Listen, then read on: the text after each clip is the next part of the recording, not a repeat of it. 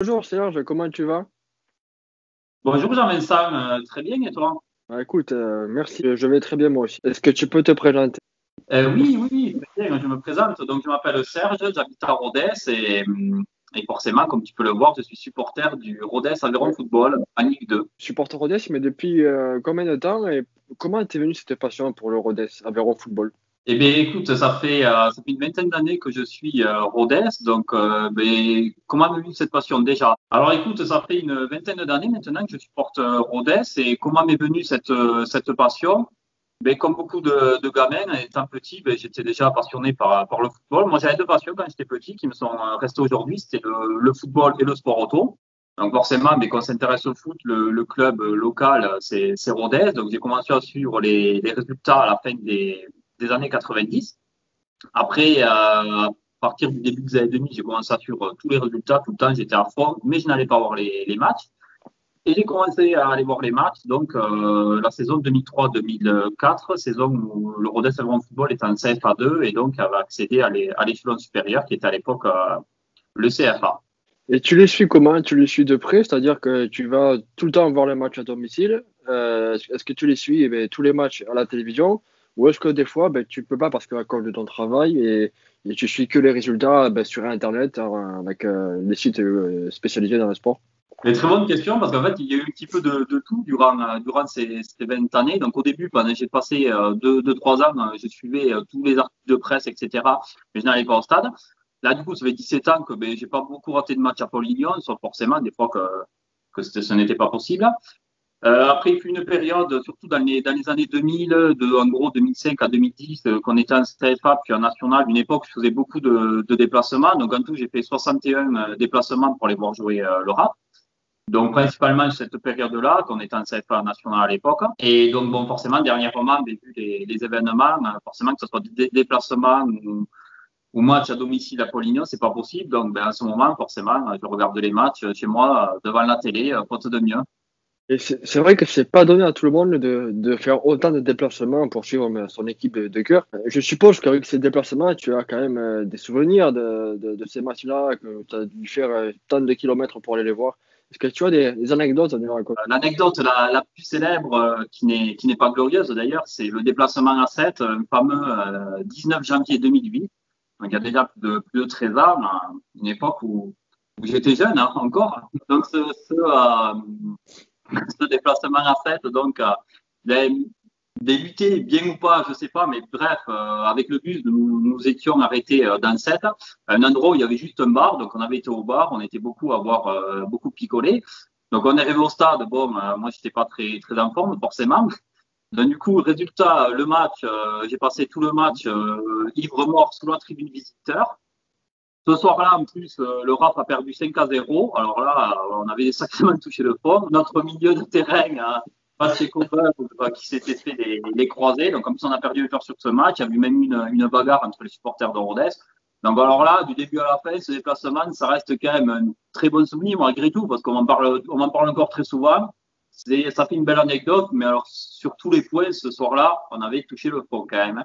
Bien comme il faut. Je suppose que parmi tous ces déplacements que tu as pu faire par le passé, tu as dû forcément rencontrer des gens qui t'ont accueilli dans leur stade, qui t'ont fait la visite du stade, ou autre anecdote à raconter sur le stade et sur leur équipe. Et effectivement, j'ai rencontré beaucoup de monde, surtout à l'époque, parce que déjà, dans les années 2000, c'était plus l'époque des forums donc sur Internet. Et donc, la plupart des supporters adverses à des forums. Donc, ce que j'aimais faire, c'est aller m'inscrire sur les forums, aller sympathiser avec les gens, et du coup, après, en rencontrer un certain nombre en déplacement. Donc, des anecdotes vraiment, on va dire des anecdotes spéciales, pas vraiment. Par contre, c'est vrai que j'ai pu rencontrer beaucoup de monde et plein de gens avec qui je discute encore aujourd'hui. Donc, ben, j'ai fait de très bons déplacements. Par exemple, à Passy-sur-Eure, à Normandie, j'ai été 3 fois. Euh, c'est les gens les plus chaleureux que j'ai pu rencontrer en déplacement, bien que j'ai rencontré beaucoup de personnes adorables là-bas. Un accueil exceptionnel. Ils m'ont offert des maillots, des écharpes chaque fois que je suis monté là-haut. Bon, apéro offert et tout. Vraiment génial. Donc, j'en profite pour saluer, si regarde la vidéo, tous mes chers confrères de Passy-sur-Eure. Après, voilà, ben, du coup, ça m'a permis aussi de rencontrer beaucoup de gens à Nîmes, vu que, bon, comme tu sais, à Nîmes, c'est mon club préféré de Ligue 1. Voilà, donc on s'est retrouvés en national ensemble. Ça a permis en plus de côtoyer des gens de là-bas. Donc, j'étais très content que nos deux clubs se retrouvent dans la même division. Et après, un peu partout, j'ai rencontré un peu de monde dans plein de clubs. Donc voilà, c'est vrai que toutes ces rencontres, ben, ça reste aussi d'excellents souvenirs. Et comme je te disais, il y en a pas mal avec qui je suis encore en contact. Je discute encore avec eux régulièrement. Donc ça fait plaisir, voilà, d'avoir toutes ces connaissances grâce au football. Avec ces 60 déplacements que tu as déjà fait, je suppose qu'il y a des déplacements qui t'ont aussi resté dans ta mémoire parce que tu n'as pas forcément utilisé que la voiture ou le bus pour aller dans le nord de la France ou dans un village qui n'était pas très loin de Rodez. Effectivement, je vois que tu as de bonnes sources, cher confrère, à propos de tous mes déplacements. Effectivement, la plupart du temps, du coup, à l'époque, ben, c'était en bus, du coup, avec tous les autres supporters de Rodez. Après, j'en ai fait quelques-uns de mon côté ou avec d'autres amis en voiture. Mais dans tout ça, donc, oui, il y a la saison 2006-2007, donc, que le Rodez Avron Football était en CFA à cette époque-là. Donc, vers la fin de saison, le RAF avait joué à peu de temps d'intervalle un match à Balma, donc dans la région toulousaine, et un match à Toulouse contre la réserve du Toulouse Football Club. Et pour ces deux déplacements, donc, j'étais descendu à côté de Rodez jusque là-bas en vélo. Donc, 135 bornes de vélo pour descendre voir le RAF. Oui, c'est pas commun, je pense. Donc, on peut le souligner effectivement. Il faut vraiment avoir envie d'aller voir ce match pour pouvoir y aller en vélo. Oui, il faut être un peu motivé quand même d'aller se taper autant de vélos pour aller voir un match de CFA. Mais bon, c'est Rodez, c'est la passion. C'est, voilà, à l'époque, comme je te disais tout à l'heure, je faisais beaucoup de déplacements et tout. Donc, c'était l'occasion ben, de faire un petit peu d'activité sportive et d'aller voir un match en même temps. Donc, c'était tout bénef. Hein. Pour ces deux déplacements, tu te doutes bien que bon, le match finit à je ne sais quelle heure. Donc, j'étais rentré en bus chaque fois. Enfin, une fois en bus, une fois en voiture d'ailleurs. Une fois en bus, une fois en voiture. Je n'étais pas remonté en vélo de là-bas. Ça faisait un petit peu tard. Je n'avais pas rentré dans la nuit avec des phares et tout sur le vélo quand même. Mais bon, Oui, c'est déjà pas mal de faire autant de bornes, comme je disais tout à l'heure, pour aller si loin, si loin en vélo. Oui, ça fait un petit peu loin quand même, pour aller voir un match de Rodez. Quel joueur t'a le plus marqué du Rodez Aveyron Football Club jusqu'à aujourd'hui? Je vais parler pour la période que j'ai connue, donc depuis une vingtaine d'années, parce que sinon, c'est vrai que la période d'avant, je ne serais pas assez compétent pour répondre à ta question, cher confrère. Donc, pour la période que j'ai connue, on a quand même eu de très, très bons joueurs au rap, donc je garde d'excellents souvenirs de beaucoup de joueurs. Je devrais en citer quand même, je citerai Miguel Pacios, donc un joueur au rap dans les années 2000, qui avait marqué beaucoup de buts, près de 80 buts pendant son passage au RAF, toutes compétitions confondues. Donc, je pense à lui parce que voilà, c'est le souvenir déjà de mes premiers matchs au stade Paul Lignon pour aller voir jouer l'équipe. Donc, mes premiers souvenirs, un très bon, excellent buteur, un très bon gars, et en plus qui avait un état d'esprit comme on adore ici en Aveyron. Quelqu'un qui a toujours mouillé le maillot, qui a toujours respecté le maillot, et qui a tant fait pour le club que voilà, allez, si je dois en citer qu'un, je choisirais lui. D'après toi, quelle est la meilleure saison que le RAF a effectuée, tout championnat confondu, depuis la création du club en 1929? Encore une fois, ça va être compliqué de te répondre sur les années que j'ai pas connues, parce que 1929, c'est un petit peu vieux pour moi quand même. Sur les saisons que j'ai connues, je devrais en retenir, il y en a plusieurs. Une, ça va être compliqué, mais pour en retenir plusieurs déjà. Récemment, la saison qu'on a fait en 2018-2019, donc en national, nous avons écrasé le championnat au final, battu pas mal de records, et du coup accédé enfin à cette fameuse Ligue 2. Après, d'un point de vue personnel, je retiendrai quand même deux autres saisons. La saison 2006-2007, où nous étions en CFA, c'est une saison où ben, voilà, j'ai pu faire beaucoup de déplacements et forcément j'allais voir les matchs à la maison. Donc c'est une saison voilà, qui m'a plus marqué personnellement, on va dire. Et une autre saison aussi, la saison du foot 2008-2009, où nous étions en national. Bon, la saison nationale avait été plutôt moyenne, mais c'est la saison où nous avons fait le parcours en Coupe de France, donc où nous avons été du cinquième tour jusqu'en quart de finale. Nous avons perdu 2-0 à Rennes. Pourquoi? Ben encore parce que cette saison-là, j'avais fait 14 déplacements en tout, donc j'avais fait pas mal de déplacements en championnat. Et sur l'épopée des 8 matchs de Coupe de France, j'avais pu assister aux 8. Donc forcément, mais aussi d'aller aussi loin dans la compétition et d'avoir assisté à tous les matchs, voilà, quelque part, j'en suis assez fier et forcément, ça reste un excellent souvenir également. Oui, parce que tu as dû voir de belles victoires dans ces matchs-là, avec l'émotion qui vient à la fin du match. Évidemment, c'est vrai que j'ai pas évoqué, pour ceux qui ne le savent pas, mais lors de cette épopée, le Rodez Aveyron Football avait battu le Paris Saint-Germain 3-1 en prolongation à huitième de finale de Coupe de France. Donc évidemment, pour un petit club national comme nous, être à huitième de Coupe de France, jouer un club comme le Paris Saint-Germain, qui à l'époque était deuxième de Ligue 1 et encore en compétition dans toutes les coupes.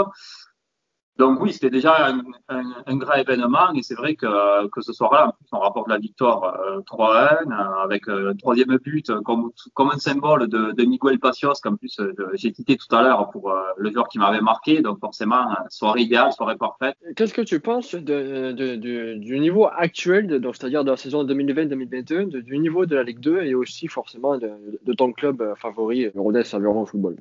Le niveau de la Ligue 2, c'est quand même, enfin, il y a quand même de très, très, très bonnes équipes. Toutes les équipes de devant, ça joue quand même très bien au foot. Donc, dans l'ensemble, mon niveau. Après, il y a des équipes forcément comme nous, des équipes forcément, comment dire, inférieures sur le papier, forcément. Après, donc voilà, actuellement, on est 15e du championnat. J'ai envie de dire, c'est notre place. Avec le petit budget qu'on a, on a un des plus petits budgets de Ligue 2. Donc, déjà, on s'est maintenu la première saison. Là, pour l'instant, on est 15e, on a notre place. Après, sur notre saison, c'est vrai qu'on a eu quand même un gros passage à vide là, en fin d'année, un peu même avant. Octobre, surtout octobre, novembre, par là, c'est vrai que les résultats étaient pas là. On faisait preuve de malchance, on n'arrivait jamais à tenir le score. Donc ça a été difficile. On a cru faire le fond avant de remonter. Donc là, ça fait quand même 9 matchs qu'on est vaincu. Bon, on a fait beaucoup de nuls, 7 matchs nuls et 2 victoires donc pour les statistiques. Après, voilà, il faut continuer comme ça. Allez, là, on a 5 matchs très compliqués qui arrivent. Parce que ce soir, du coup, on joue Clermont. Après, du coup, on va aller à Troyes, on va jouer Toulouse, on va aller à Auxerre et on va aller à Ajaccio. Donc, on a 5 matchs très compliqués qui nous attendent. Mais il faut essayer, voilà, toujours de se battre avec nos armes, avec notre envie, avec notre détermination, essayer de grappiller des points sur ces matchs-là qui compteront certainement en fin de saison et ressortir de ces matchs, voilà, avec quelques points de prix, comme je le disais, et pour envisager une suite plus favorable et évidemment décrocher le maintien en fin de saison. Donc, voilà, après, pas tout à dire sur nous. Début de championnat assez correct, un passage à vide, beaucoup mieux depuis certains matchs. Voilà, si on a été recruté plusieurs joueurs qui nous apportent, comme Célestine dans le secteur défensif ou David dans le secteur offensif, qui nous font beaucoup de bien. Donc, on a quand même retrouvé une certaine solidité qui nous permet, du coup, depuis 9 matchs, de grappiller des points petit à petit et, comme je disais, d'être en notre place, étant 15e. Qu'on soit à cette place en fin de championnat, c'est tout ce que je demande. Ça sera pas mal. Ça sera surtout synonyme d'une saison de plus dans cette Ligue 2. Du coup, comment tu abordes ce match contre Clermont, qui est actuellement en 3e de Ligue 2 ce soir? Mais donc oui, donc le match, c'est bientôt en plus, vu leur retour dans cette interview. Donc c'est vrai que j'ai un petit peu comment dire, un peu le stress qui commence à monter. Chaque fois que je regarde ces matchs du rap, je me font stresser quand même. Chaque fois, c'est vraiment que quand on aime un club comme ça, je te dis que c'est cardiaque, enfin niveau cardiaque, c'est difficile des fois. On affronte une des meilleures équipes du championnat et surtout une équipe très très solide qui encaisse très peu de buts, qui a il me semble, fait 13 clean sheets sur 23 matchs. Bon, évidemment, on connaît très bien le gardien de but de Clermont, qu'avant, il a fait plusieurs saisons à Rodez et il est parti l'été dernier rejoindre le club de Clermont. Donc, une équipe très solide, donc ça va être compliqué, sachant que c'est vrai que nous, on fait quand même preuve d'une certaine inefficacité offensive. On marque en gros la moitié de nos buts à la suite de coups de pied arrêtés. Donc, ça va être très difficile de percer cette défense. Et puis, quand même, devant, il y a quand même des monstres, j'ai envie de dire, comme Mohamed Bayo, qui a déjà mis 13 buts cette saison. La partie s'annonce quand même très, très, très, très compliquée. Donc, j'espère que si on pourrait au moins gratter un petit point dans notre optique de maintien, ça serait pas mal. Mais c'est vrai que quand c'est une armada comme ça va être très difficile. Et quel joueur tu aimerais avoir au sein de ton équipe durant la fin de saison?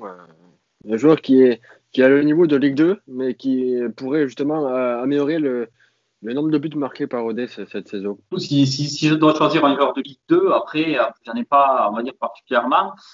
Mais on va dire juste le type de joueur. C'est vrai que j'ai évoqué juste avant notre difficulté à marquer des buts dans le jeu.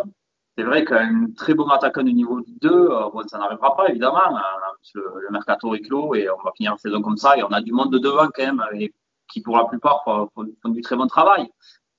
Mais c'est vrai que si je devais choisir un joueur, oui, je dirais un bon joueur un bon attaquant de Ligue 2, voilà, pour nous aider donc à mettre ces quelques buts qui nous manquent. Et tout à l'heure, du coup, qu'on affronte Clermont ce soir, parler de Bayo, oui, du coup, allez, En choisir un, du coup, allez, on est sur le thème de la journée et du match de ce soir. Je citerai donc Mohamed Bayo, l'attaquant de Clermont Foot. Serge, merci d'avoir répondu à mes questions. J'espère que ça t'a fait plaisir et ça t'a coupé un peu du contexte Covid et que tu as passé un bon moment ici sur le micro du football. À parler de ton équipe préférée et bonne chance pour la suite de la saison qui s'annonce passionnante à vivre et à regarder.